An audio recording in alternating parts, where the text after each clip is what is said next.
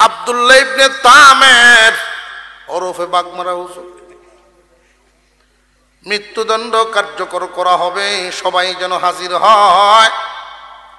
ওনাকে যারা মহব্বত করতেন, যারা ঈমান এনেছেন তারা আনবেন, যারা পছন্দ করেছেন, যারা মনে মনে ভাবছেন তারাও।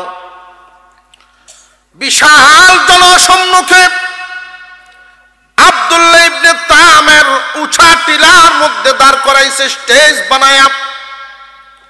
যেই জল্লাদের হাতে তীর দেওয়া হয়েছে, এই জল্লাদকে জানায় দেওয়া হয়েছিল, তোমাদের কোনো মূর্তির নামে, ইউসুফ জুনওয়াসের নামে তীর মারলে আমারে মারতে পারবা না।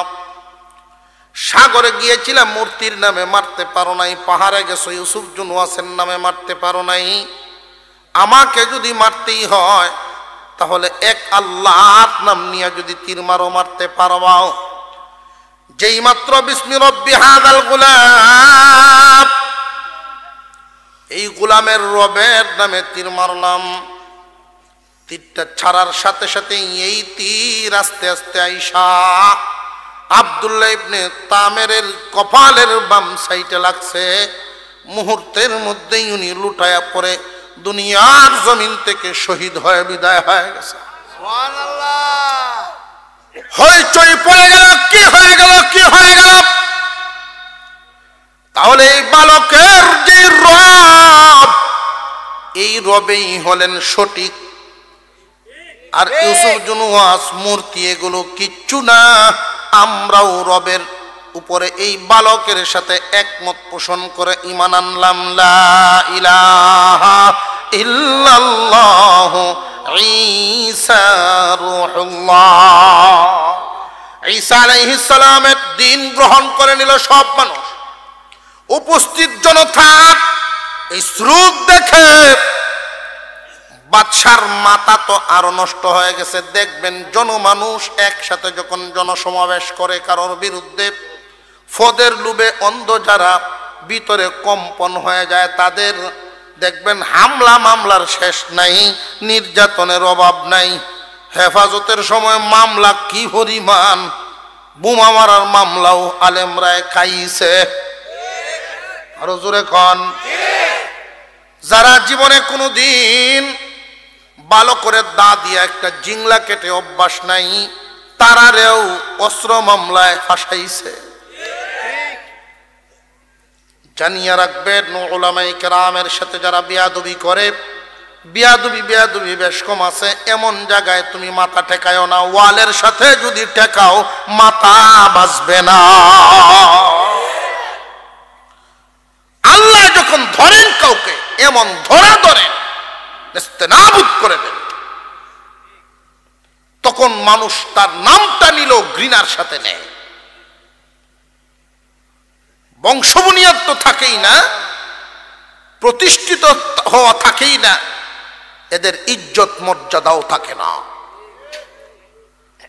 মুসলমান ইমানদার ভাইরা আমার, হাজার হাজার মানুষ যখন ঈমান আনা শুরু করে দিল, পদে হারাবার ভয় তার ভিতরে আরো বেশি জাগতে লাগলো। সেনাবাহিনীদেরকে হুকুম দিল, রাস্তার দুই ধারে গর্ত করো, আগুন দিয়ে বড়, যারা ঈমান ছাড়বে তারা দুনিয়াতে বাঁচবে, যারা ঈমান ছাড়বে না তারা দুনিয়াতে বাঁচবে না। বিশাল কঠিন পরীক্ষার সম্মুখীন তখনকার মানুষ। ঈমান হেফাজতের জন্য এই ঘটনাটা বলার উদ্দেশ্য হলো, মুফাসসিরিনে কেরাম সূরা ফিলের সাথে এই ঘটনা শামিল করেছেন, কারণ মূলত এই ঘটনা সূরা বুরুজের শানে নুজুলে মুফাসসিরিনে কেরাম লিখেন সূরা ফিলের সাথে সম্পৃক্ত, কারণ এই সূরাগুলো খুব পাশাপাশি সময়ে নাজিল হওয়া। তখনকার সময়ের আল্লাহর নবীর সাহাবীদের অবস্থা এমন, বিভিন্ন দিক থেকে সাহাবীরা নির্যাতনের শিকার, নিপীড়নের শিকার। আল্লাহ পাক রব্বুল আলামিন এই সূরাগুলো নাজিল করে বুঝায়া দিলেন, শুধু তোমরাই না রে মুসলমান, অতীতের ইতিহাসে অনেক মুসলমানরাই ইমানদার হওয়ার কারণে নির্যাতনের শিকার হয়েছেন। এক আল্লাহর পথে চলার কারণে অনেক মানুষ জীবন পর্যন্ত দিতে হইছে। মনোবল বাড়ায় দিলেন, সাহস জোগানোর জন্য সূরা কানা নাযিল করলেন। আগুনে পোড়ানো শুরু করলো মানুষকে। লম্বা ইতিহাস, একদিনে প্রায় 20,000 মানুষকে মারছে। 2 জন মানুষ অর্ধ পুরা হইয়া পাশের দেশটার নাম হাবশা। ওই হাবশা দেশের যেই প্রধান হয়, রাষ্ট্রপ্রধান বাদশাহ যে হয়, তার লকব, তার উপাধি ছিল নাজ্জাশী। নাজ্জাশীর দরবারে 2 জন মানুষ গিয়া অভিযোগ দিল, ওহে নাজ্জাশী, ও বাদশাহ, আমরাও মুসলমান, আপনিও মুসলমান, ওই মূর্তি পূজারীরা আমাদেরকে আগুনে পুড়ায় পুড়ায় মারে। আপনি দেখেন কিছু করেন কিনা, বদলা নিবেন কিনা।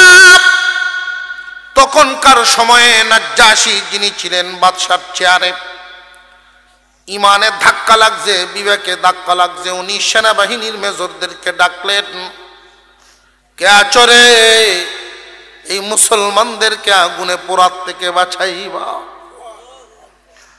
কে আছো মুসলমানদের পক্ষে যুদ্ধে নামবা? 2 জন মেজর হাত উঠালেন, জীবনের মায়া নাই, মুসলমানদের বাঁচাতে চাই। 2 জন মেজর হাত উঠাইছেন। একজনের নাম ছিল আরবাত, আর একজনের নাম ছিল আব্রাহা। একজনের নাম আরবাত, আর একজনের নাম আব্রাহা।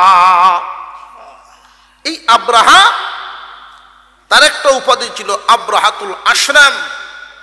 তার নাকটা ছিল কাটা, নাক কাটা আব্রাহা। খুব সাহসী, দিলওয়ালা লোক। মুসলমানদের দরদে যুদ্ধে যাবেন। লোকটা কি খারাপ না ভালো? ভালো। খুব ভালো মন নিয়ে, ইমানের চেতনা নিয়ে দুজন 5,000 সৈনিক নিয়ে ওই ইয়ামেনের দিকে রওনা দিল।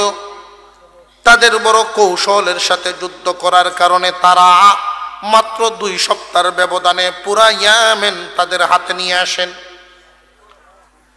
ইউসুফ জুনওয়াস তার বাহিনী নিয়ে টিকতেই পারে নাই, আত্মসমর্পণ করলো, অনেক নিহত হয়ে গেল।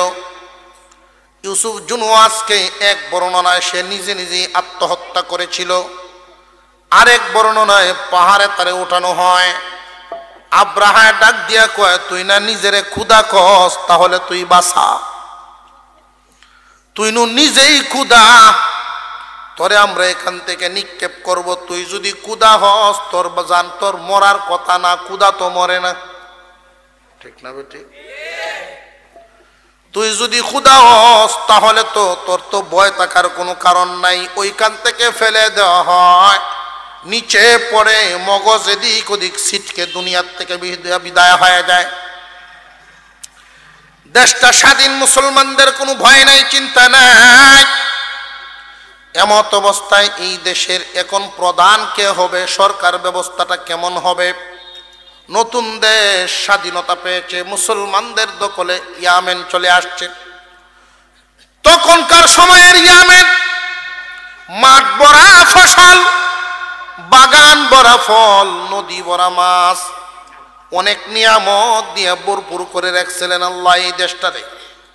এই দেশের রাষ্ট্রপ্রধান কে হবে? 2 জনের মধ্যে 2 জন মেজর।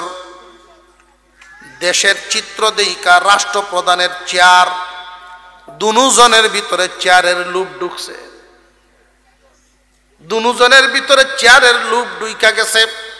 চিঠি লিখছে নাজ্জাশীর কাছে। নাজ্জাশীর উত্তর হলো, তোমরা বসিয়া সিদ্ধান্ত নাও, একজন বৈশা যাও সম্রাটের চেয়ারে, আর একজন তার অধীনস্থ পাশের চেয়ারে বসো, 2 জনে মিলে দেশ চালাও। এখন কে বসবে সম্রাটের চেয়ারে, এই নিয়ে ধাক্কাধাক্কি শুরু হলো, ঠেলাঠেলি প্রতিযোগিতা শুরু হলো। কেউ কাউকে ছাড় দিতে রাজি না। ক্ষমতা এমন একটা, ক্ষমতার লোভ এমন একটা লোভ, আর লোভ মানেই তো খারাপ। কেউ যদি লোভে পড়ে, জানবেন যারে লোভে পাইছে তারে ধ্বংস করে ছাড়ছে। লোভে মানুষ অন্ধ হইয়া যায়। লোভে কি হয়? লোভে মানুষ এমন অন্ধ হয়, লক্ষ্য করে দেখবেন লোভে মানুষ এমন অন্ধ হয়, বুনের মাল ঠকায় খেয়ে ফেলে, চোখে দেখে না। মসজিদের মাল খায়া লাইব, চোখে দেখবো না, কারণ লোভে অন্ধ। গুরুস্থানের বাজেট এনে খায়া লাইব, চোখে দেখতো না, অন্ধ। আর একটু জোরে কর। এক চেয়ারম্যানে বাথরুম খাইছে তিনটে লেট্রিন। আমি জিগাইছি মুরব্বী, এটা কি শুনাইলেন আমারে? হুজুর আপনি বুঝছেন না, বাথরুম পাবলিক টয়লেট সরকারের বাজেট আছে, নিটে খাই লাইছে, বানাইছে না আর কি। ও আচ্ছা, আমি ভাবছি যে ট্যাঙ্কি টুঙ্কি সহ নি খাই লাইল। লোভে মানুষ অন্ধ। আর এই অন্ধত্ব তারে কত নিকৃষ্ট পর্যায়ে নিয়ে যেতে পারে দেখেন আব্রাহার ইতিহাস। এতদিন পর্যন্ত কি আব্রাহা খারাপ ছিল না? ভালোই।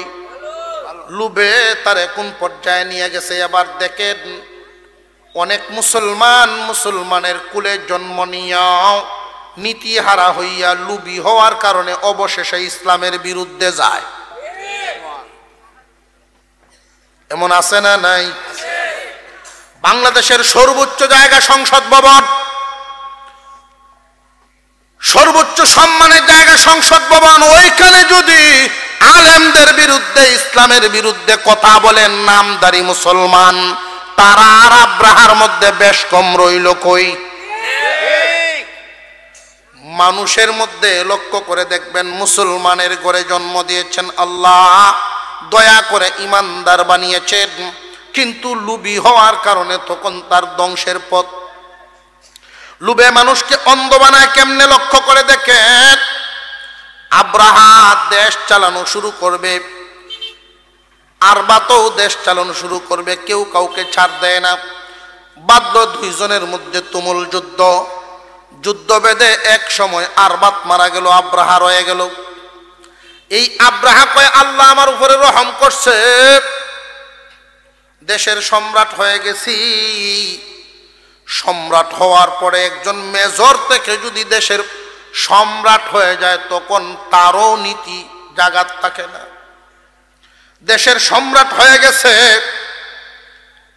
লোভ তার চোখের মধ্যে এমন ভাবে জাপসা দেয়, তার মনে মনে আরো বড় হইতো, আরো বড় হইতো, আরো বড় হইতো। হাওরে সারাদিন কাজ করে এক মানুষ, হাওরে সারাদিন কাম করে, সন্ধ্যায় বাড়িতে আসে, আবার সকালে কাম করা শুরু করে, সন্ধ্যায় বাড়িতে আসে, সারাদিন বাড়িতে আসতে পারে না। আল্লাহর কাছে দোয়া করে, আল্লাহ একটু সুযোগ করে দাও, 5টা ওয়াক্ত নামাজ মসজিদে পড়মু। দোয়া করে আউরো বয়ে বয়ে আল্লাহ তার উপরে একটু রহমত করছে। এক আত্মীয়র মাধ্যমে ছেলে একটারে বিদেশ পাঠাই দিচ্ছে।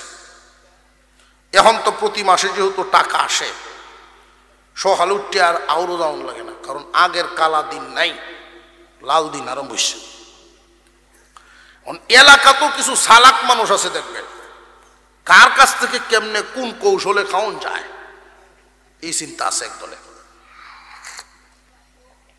এইবারের বাড়ির গাটাত আয়াও এ ডাক দেয়, সর্দার। এটা থাকতো হারা জীবন আউরো সর্দার হইয়া ডাক দেয়। আর যেই সর্দার হইয়া ডাক দেয়, ওটা ষাট আর উড়ে না, ষাট হাতলে দৌড় মারে। আমার কইছে ডাকি তারি, আমার দিনকাল বালা বেশ। তো বাজারও গে সারাদিন আড্ডা তৈ থাকে, ভিজার কাপড়ে যে দোয়া করতো, সেই দোয়া ভুলি গেছি। সুখে পড়তে থাকে মানুষ, আল্লাহকে ভুলতে থাকে মানুষ। আর একটু জোরে কর। সবার হালত না, বেশিরভাগ আকসার এমন হয়। বড় ছেলের বেতন বাড়ছে, ছোট আরেক ছেলে বিদেশ গেছে, তার অবস্থা তো আরো ভালো হয়েছে। এখন কেউ কেউ তারে কয়, তুই তো ইচ্ছা করলে নির্বাচনটাই করতারস। কয় আমি কিছু কইতাছি না, মনে মনে ভাবতাছি, তোমরা যদি কও। এমনি বেড়া শুভেচ্ছা স্বাগতম পুস্টার সবাই আছে, পুস্টার সবাই আগে আছে না, পুস্টার সবাইয়ের নিয়ম গাছ উঠছে, শুভেচ্ছা স্বাগতম আতলা রায় গাছ হইয়া দাঁড়াইলো মেম্বরিত। এলাকার মানুষ ভাবছে যে এই লোক আগে গরিব আছি, নহন পয়সা দিছে আল্লাহ, গরিবের দরদ বুঝবো, দেশ আপনাকে একসাথে মেম্বার হয়ে গেছি। ইউনিয়ন পরিষদ ঢুকার পরে মেম্বারি চেয়ারও বৈশা খালি চেয়ারম্যানের চেয়ারটার দিয়ে ছায়াতে হিটের বই তারতাম, হিটের বই তারতাম। জানিয়া রাখবেন, মানুষের লোভ যদি মানুষের ভিতরে ঢুকে, লোভে যদি তার দখলে তোমারে নিয়ে নেই, অবস্থা খারাপ। কবরের মাটি পেটে পড়ার আগ পর্যন্ত এই পেট ভরবে না।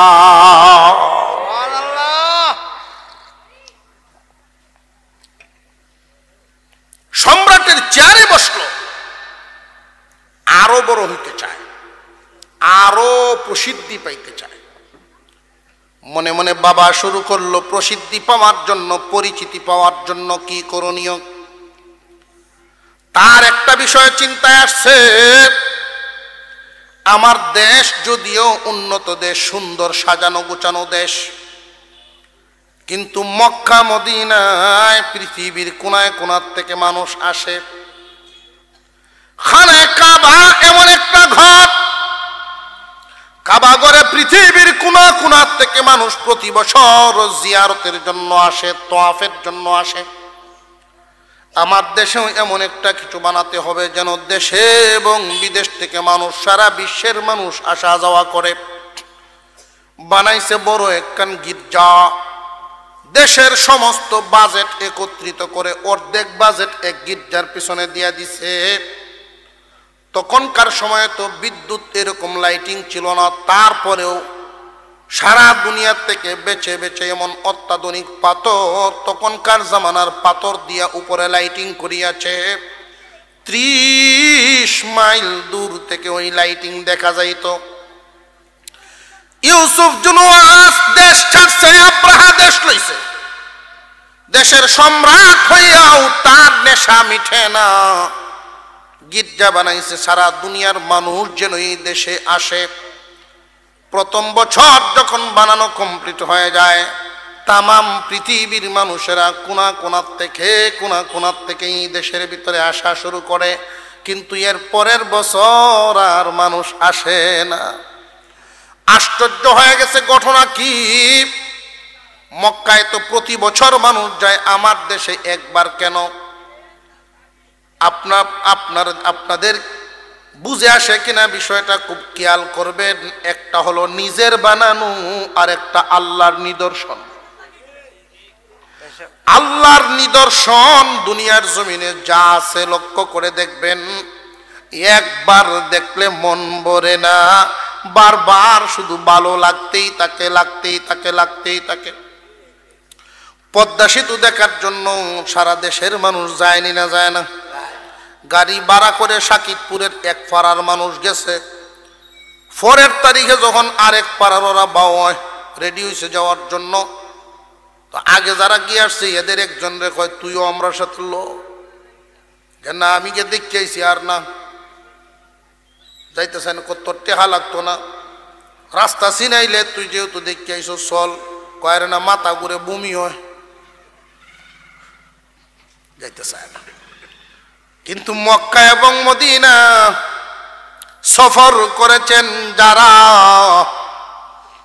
একবার দেখে আসার পরে কি মন অতৃপ্ত হয় না, শুধু আগ্রহ আরো বাড়ে।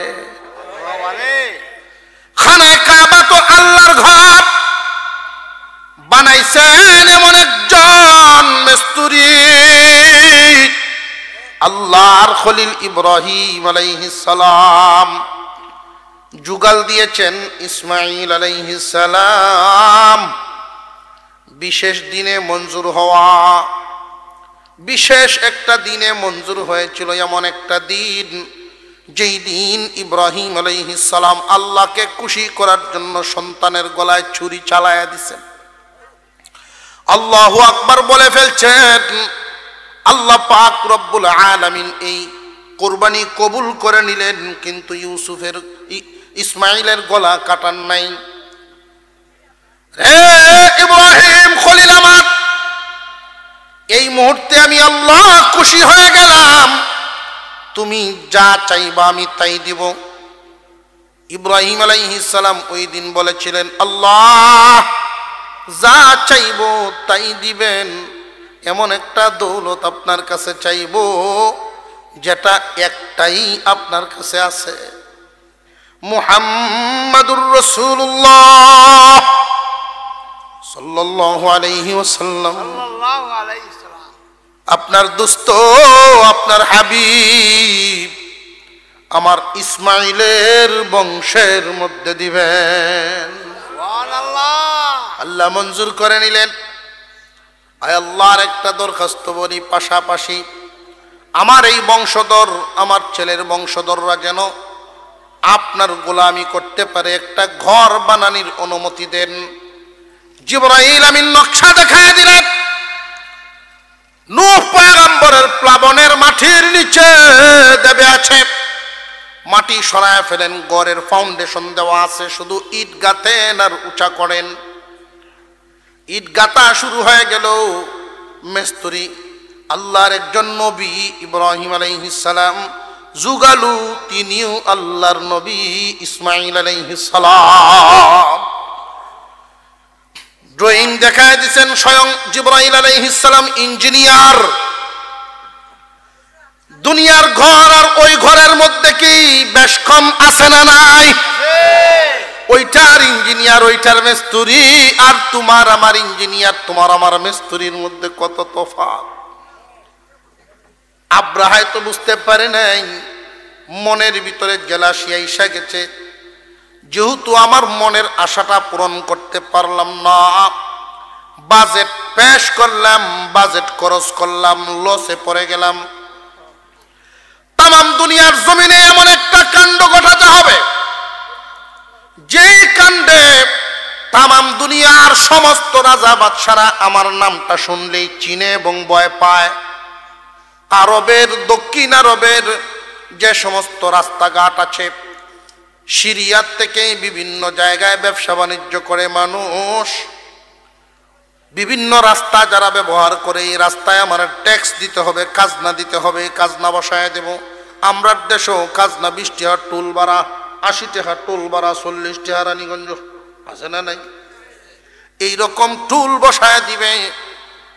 দুনিয়ার লোভ তারে এমন ভাবে পাইছে, বিশ্ব সম্রাট হওয়ার স্বপ্ন দেখে ফেলছে।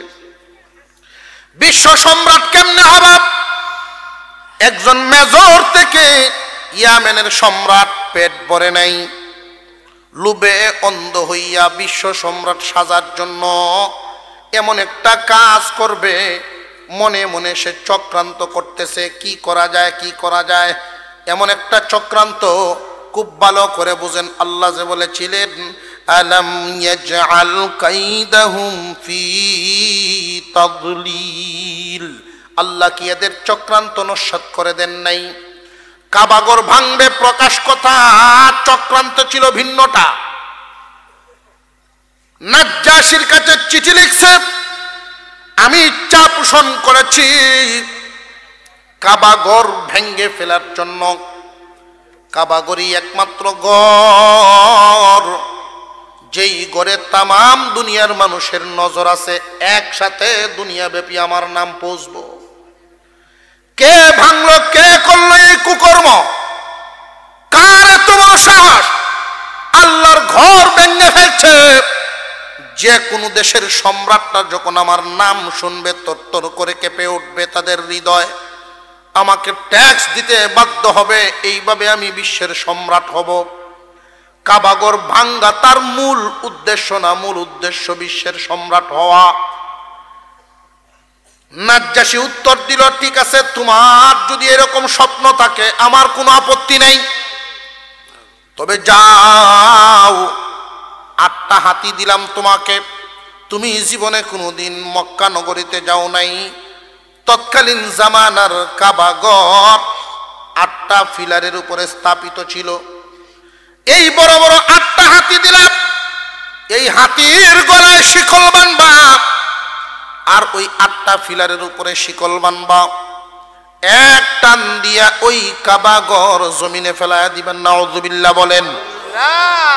মাহমুদ নামক একটা হাতি, বড় একটা হাতি, যেই হাতিটা ছিল ভিন্ন, অন্যান্য হাতিদের সাথে তার কোনো মিল নেই। এই হাতি নিজের ভাষাও বুঝতো, মানুষের ভাষাও বুঝতো, নিজের ভাষাও বুঝতো, মানুষের ভাষাও বুঝতো এই হাতিটায়। সুবহানাল্লাহ।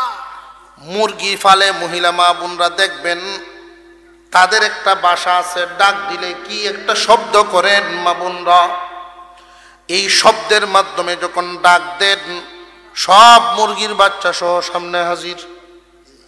কিন্তু এমনি যদি ডাক দে কইরে মুরগি তোরা ভাত খাইয়া আইবনি হটা, ওইটা তারার ভাষাটা শুনাইতে হবে। গরুরে যদি ডাক দে গরুর বাসায় ডাক দিতে হবে, নইলে গরুর বাছুর আইতো না। ঠিক না বে ঠিক? মানুষের একটা ভিন্ন ভাষা। এই মাহমুদ নামক হাতিটা নিজের ভাষাও বুঝতো, মানুষের ভাষাও বুঝতো। মাহমুদ নামক হাতির উপরে তুমি সোয়ার হইবা, 8টা হাতি তোমার কাতারে সারিবদ্ধ হয়ে সামনের দিকে যাইবা।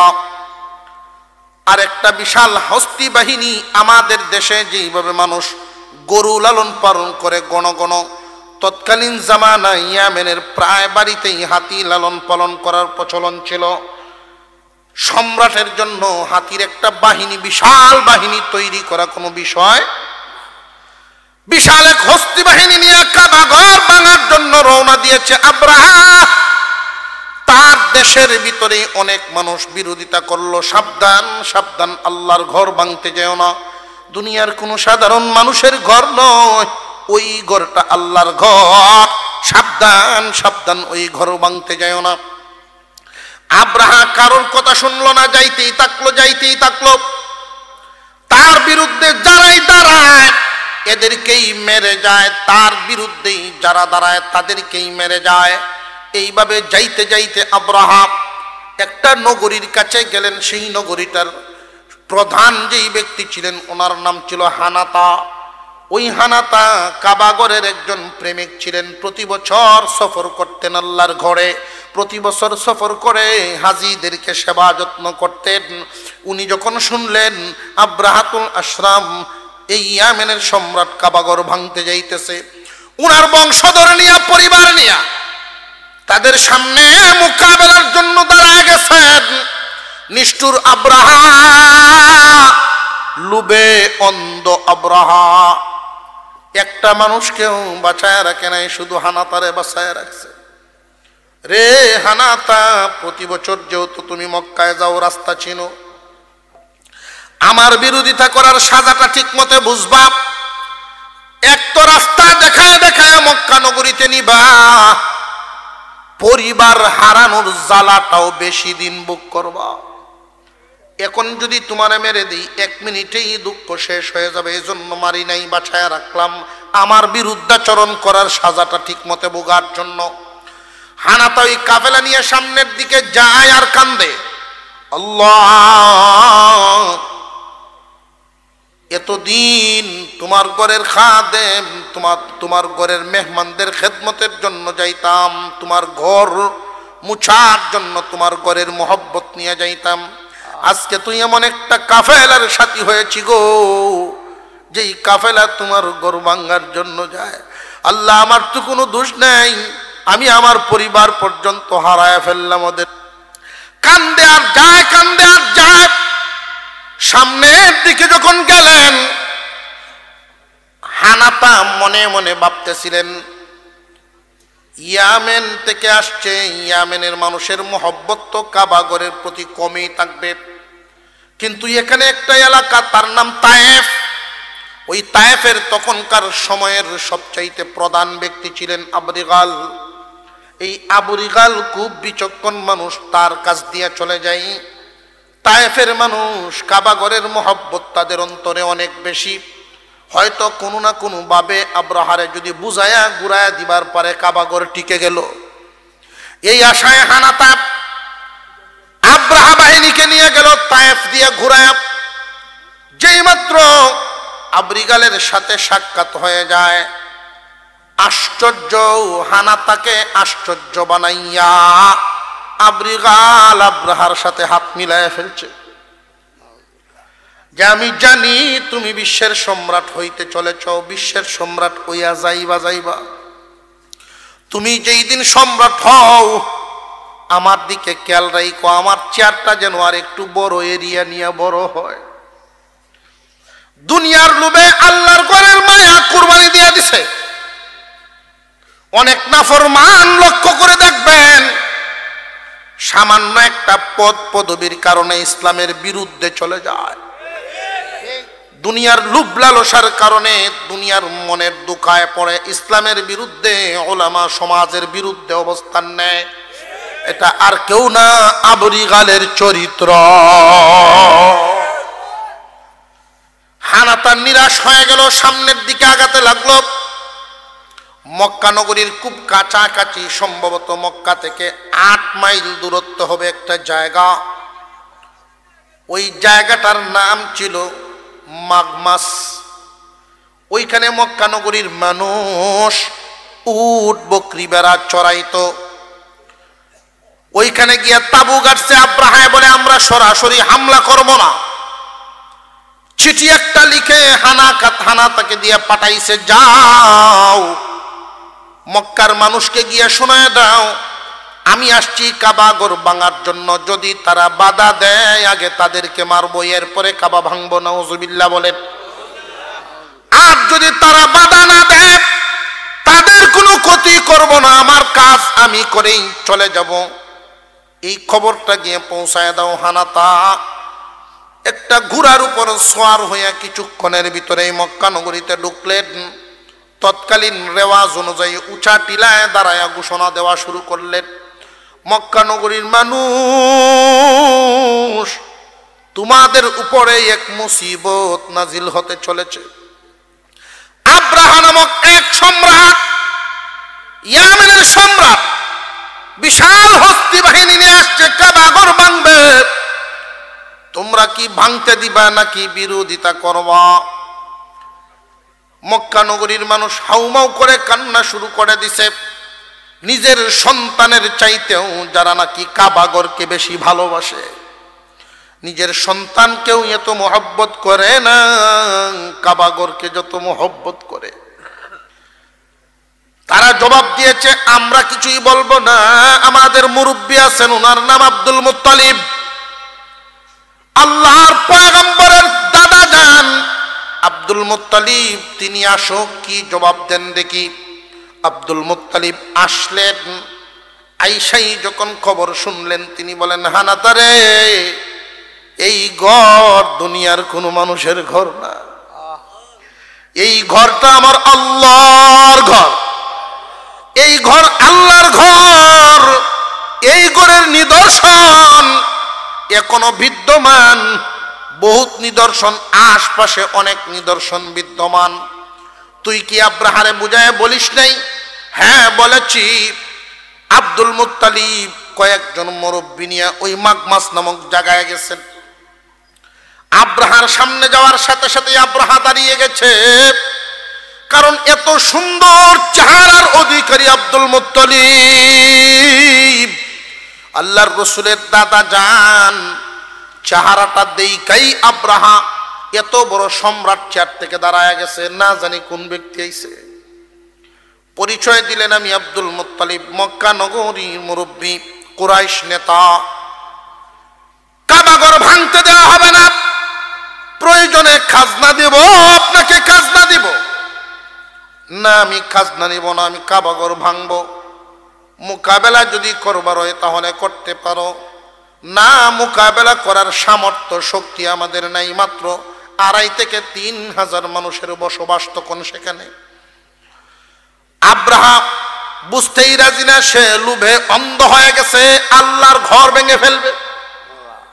দেখবেন না বুঝার কারণে অনেক মুসলমান সমাজের মধ্যে নিজের স্বার্থের কারণে মসজিদের বিরুদ্ধে চলে যায়, নিজের স্বার্থের কারণে মাদ্রাসার বিরুদ্ধে চলে যায়, বুঝতেই পারে না এইগুলো যে আব্রাহার চরিত্র। খুব সাবধান মুসলমান, তোমার নিজের স্বার্থ হয়তো ক্ষুণ্ণ হতে পারে, কিন্তু আল্লাহর নিদর্শন কুরআন হাদিস ইসলামের সাথে সম্পৃক্ত কোনো একটার বিরুদ্ধেও তুমি চাইবা না। সাবধান সাবধান, হয়তো তোমার মন ব্যতীত হতে পারে, নীরবে চোখের পানি ছেড়ে দিবা, তবু ওইগুলোর বিরুদ্ধে যাইবা না। খুব সাবধান। আব্রাহা মানতেই রাজি না। অবশেষে আব্রাহাতুল আশরাম তার বাহিনী নিয়ে সামনের দিকে অগ্রসর হওয়া শুরু হয়ে গেল। আব্দুল মুত্তালিব খানায় কাবার কাছে চলে গেছেন। কাবা ঘরের আশপাশে রহমতের বাজার। কাবা ঘরের আশপাশটা তো রহমতে ঘেরা। দরজার চৌকাটে ধরে দোয়া করলে দোয়া কবুল হয়ে যায়। সুবহানাল্লাহ। হাজরা সোয়াদ রুকনে ইয়ামিনীর মাঝখানে দাঁড়ায় দোয়া করলে দোয়া কবুল হয়ে যায়। মাকামে ইব্রাহিমে দোয়া কবুল হয়, হাতিমে দোয়া কবুল হয়। মিজাবে রহমত খানায় কাবার সাদের পানিটা যেখানে পড়ে এখানে দাঁড়ায়া যদি কোনো কাফেরও দোয়া করে তার দোয়া কবুল হয়ে যায়। রহমতের বাজার হইছে। আব্দুল মুত্তালিব মক্কা নগরীর মানুষদেরকে নিয়ে ওইখানে দাঁড়ায়া যখন দোয়া করবেন সবাই জমা হচ্ছে। সকলের মুখেই কান্না, কারোর চোখ শুকনা নাই, সবার চোখ ভিজা। ছোট ছোট শিশুরাও কাঁদতেছিল। আব্দুল মুত্তালিব বলেন, কে আছো একজন আমার মা আমিনাকে নিয়ে আসো। মা আমিনার সুনাম সুখ্যাতি তৎকালীন সময়ও ছিল। উনি যখন জমজম কুয়ার কাছে যাইতেন, অন্যান্য মহিলারা পানি উঠানোর জন্য লম্বা রশি নিচে ফেলায়া পানি উঠাইতেন। আপনার আমার পয়গম্বর যেই দিন থেকে মার গর্ভে চলে আসছেন, মা আমিনা জমজম কুয়ার পাশে যাইতেই নিচের পানি উপরে উঠে যাইত। আব্দুল মুত্তালিব জানতেন মা আমিনা বরকতি মহিলা। যাও একজন আমার মা আমিনাকে নিয়ে আসো। কাবা ঘরের দরজার সামনে দাঁড়ায়া আব্দুল মুত্তালিব মুলতাজেমের মধ্যে ধরে কান্না শুরু করে দিলেন, আল্লাহ আমাদের কোনো ভুলের কারণে এই ঘর আমাদের সামন থেকে নিয়ে যায় না। আমরা জানি এই ঘরের মালিক তুমি, তোমার ঘর তুমি হেফাজত করো। আমার তো সামর্থ্য নাই। আল্লাহ এদের বিরুদ্ধে যদি দাঁড়ায় যাই, শিশুদেরকে সহ ওরা মেরে ফেলবে। পরবর্তীতে কে তোমার ঘর ঝাড়ু দিবে, কে এই ঘর সাফ পরিষ্কার করবে? আল্লাহ তোমার ঘর হেফাজতের জন্য তুমি তোমার মদদ নাজিল করো গো মাওলা। মা আমিনার গর্ভে আছেন মুহাম্মাদুর রাসূলুল্লাহ। দুনিয়াতে আসতে আর কয়দিন বাকি? আরো জোরে কোন কয়দিন? পুরা বডি হয়ে গেছে। ইব্রাহিম আলাইহিস সালাম দোয়া করছিলেন, মনে আছেনি? কাবাগর যেই দিন বাজেট, মুহাম্মাদুর রাসূলুল্লাহর বাজেট একদিনের দোয়া করা। কাবাগর ভাঙতেইছে, মুহাম্মাদুর রাসূলুল্লাহ হাজির। আল্লাহ পাকের নেক নজর কতটুকু মুহূর্তটা বুঝেন। আব্দুল মুত্তালিব দোয়া শেষ করলেন, যাও যার যার আশ্রয়ে চলে যাও। আল্লাহর ঘর যদি হয় আল্লাহ হেফাজত করবেন। সুবহানাল্লাহ।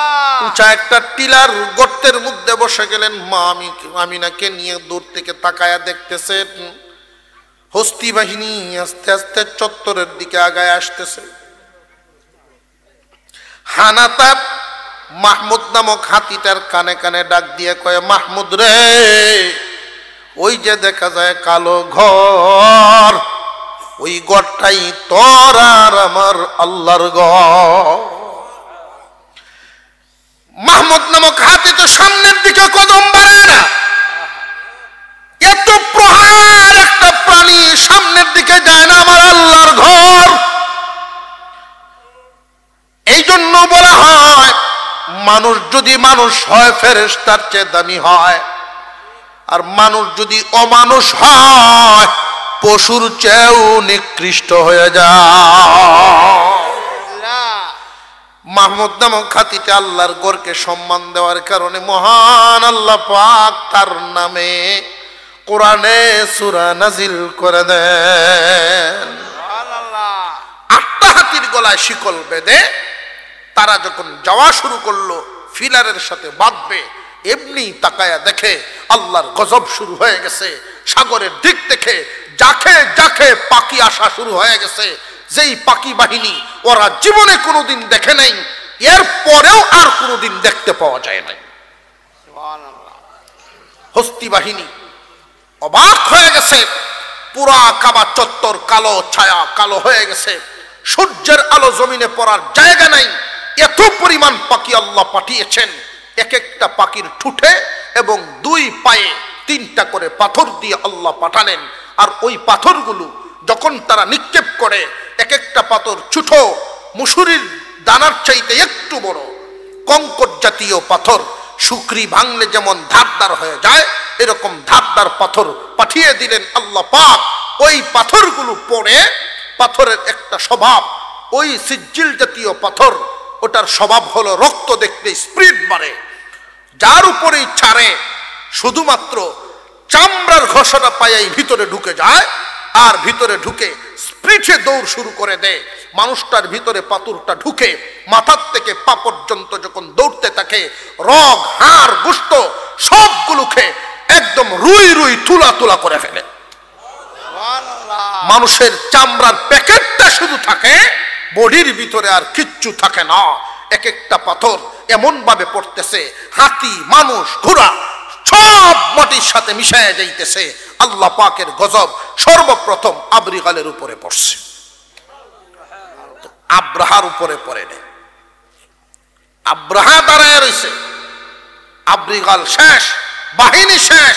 মহান আল্লাহ পাক রব্বুল আলামিন বলেন, وَأَرْسَلَ عَلَيْهِمْ طَيْرًا أَبَابِيلَ। তৈরান পাখি, আবাবিল যাকে যাকে, আবাবিল মানে দলে দলে দলে দলে, প্রচুর পরিমাণ বাহিনী আল্লাহ পাঠায় দিলেন এদেরকে নেস্তেনাবুদ। আব্রাহার অবস্থা, আচরা টাচরা খাইছে পাথরের, কিন্তু ভিতরে ঢুকে নাই। পাথরটা নালিশ করে, আল্লাহ তোমার এতটাই নিকৃষ্ট বান্দা এটা, আমি তার ভিতরে ঢুকবার ইচ্ছা করি না। আশ্রয়া বিদায় দিয়েছে। ঐতিহাসিকগণ বলেন আরেকটা কারণ, তারে যদি পাথরে মারে 1 মিনিটে মজা শেষ, মৃত্যুর যন্ত্রণা 1 মিনিটেই শেষ। আসর দিয়া দিয়া তারে আক্রান্ত করে সেখান থেকে বিদায় করা হয়। বিজয়ীর বেশে যেইভাবে আসার সময় ডুক ডাল বাজায় আসছিল, কিন্তু যাওয়ার সময় এই অবস্থা নাই, লেজ গুটানো শিয়ালের মতো গেছে। যেই অঞ্চলগুলো পাড়ি দিয়ে গেছে, অঞ্চলের মানুষের অন্তরে কাবাগরের মর্যাদা আরো বেড়ে গেছে। সুবহানাল্লাহ। আল্লাহর ঘর আল্লাহ হেফাজত করেছেন। যারা ভাঙতে গিয়েছিল তারা সফল হতে পারে নাই, বিশ্ব সম্রাট হওয়ার স্বপ্ন শেষ। আল্লাহ পাক এমন ভাবে নেস্তেনাবুদ করেছেন, এদের চক্রান্তটা এমন ভাবে ধ্বংস করেছেন। ওই আব্রাহা যখন তার ভবনের ভিতরে ঢুকেন, কয়েকদিনের ভিতরেই তার গায়ে ঘা হয়ে গেছে। ঘা, আক্রান্ত জায়গাগুলো ঘা হওয়ার কারণে পুষ পড়া শুরু হয়েছে, এখন দুর্গন্ধ। সেই জামানার নামি দামি যত কবিরাজ, হাকিম, যত ধরনের ঔষধ দেয়, তার বডি আর ভালো হয় না। কিছুদিনের ভিতরে কর্মচারীরা বলে আমরা না খেয়ে মরবো, তবু তার কাছে যেতে পারবো না। সিদ্ধান্ত হলো রাজপ্রাসাদ থেকে তাকে বের করে দাও, নইলে প্রাসাদের কোনো মানুষের কোনো শান্তি নেই তার দুর্গন্ধের কারণে। অবশেষে এই মানুষটাকে এখান থেকে যখন বের করা হয়, এই মানুষটাকে বের করে পরিত্যক্ত একটা বিল্ডিং, একটা দালানের মধ্যে রেখে আসা হয়েছে। পরিত্যক্ত দালান, সকালে 1 প্লেট খানা, বিকালে আর 1 প্লেট খানা দূর থেকে ধাক্কা দিয়ে তারে দেওয়া হতো। কত নিকৃষ্ট জীবন, খুব শিক্ষা গ্রহণ করা উচিত।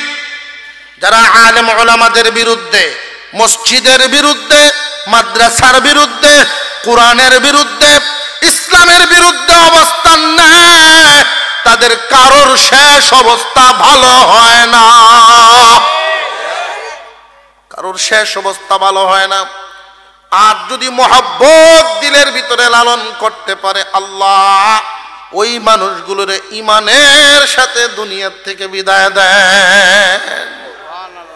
অপরাধী অবশেষে ক্যান্সারে আক্রান্ত হয়ে ধুকে ধুকে লাঞ্ছনার মরণ বরণ করেছিল। পক্ষান্তরে যারা কাবাগরের অধিবাসী, কাবাগরের পক্ষে যারা ছিল, তাদের মনের আশা, মনের সাহস, মনের আনন্দ আল্লাহ বাড়ায়া দিছে। যেই দিকেই যায় যদি শুনেন আপনি কে যে আমি মক্কা নগরীর মানুষ, তো দূরের কথা মক্কার একটা কুকুরের মর্যাদাও বেড়ে গেছে। যারা সহি পক্ষে থাকবেন এদের জন্য আল্লাহর নিয়ামত, যারা বিরুদ্ধাচরণ করে তাদের জন্য গজব। আল্লাহ পাক আমাদেরকে আজকের এই আলোচনার থেকে শিক্ষা হাসিলের তৌফিক দান করেন। বলেছিলাম হস্তি বাহিনী কারা? আব্রাহা বাহিনী এসেছিল কোথায় থেকে? ইয়ামেন থেকে। এদের চক্রান্তটা কি ছিল? আল্লাহ যেটা নষ্ট করেছেন তার চক্রান্ত ছিল বিশ্ব সম্রাট হওয়া। লুবে অন্ধ হয়ে সে কি সফল না? ধ্বংস হয়ে গেছে। আল্লাহ যেন আমাদেরকে সহি বুঝদান করেন, বলুন আমিন। আরো জোরে বলেন আমিন।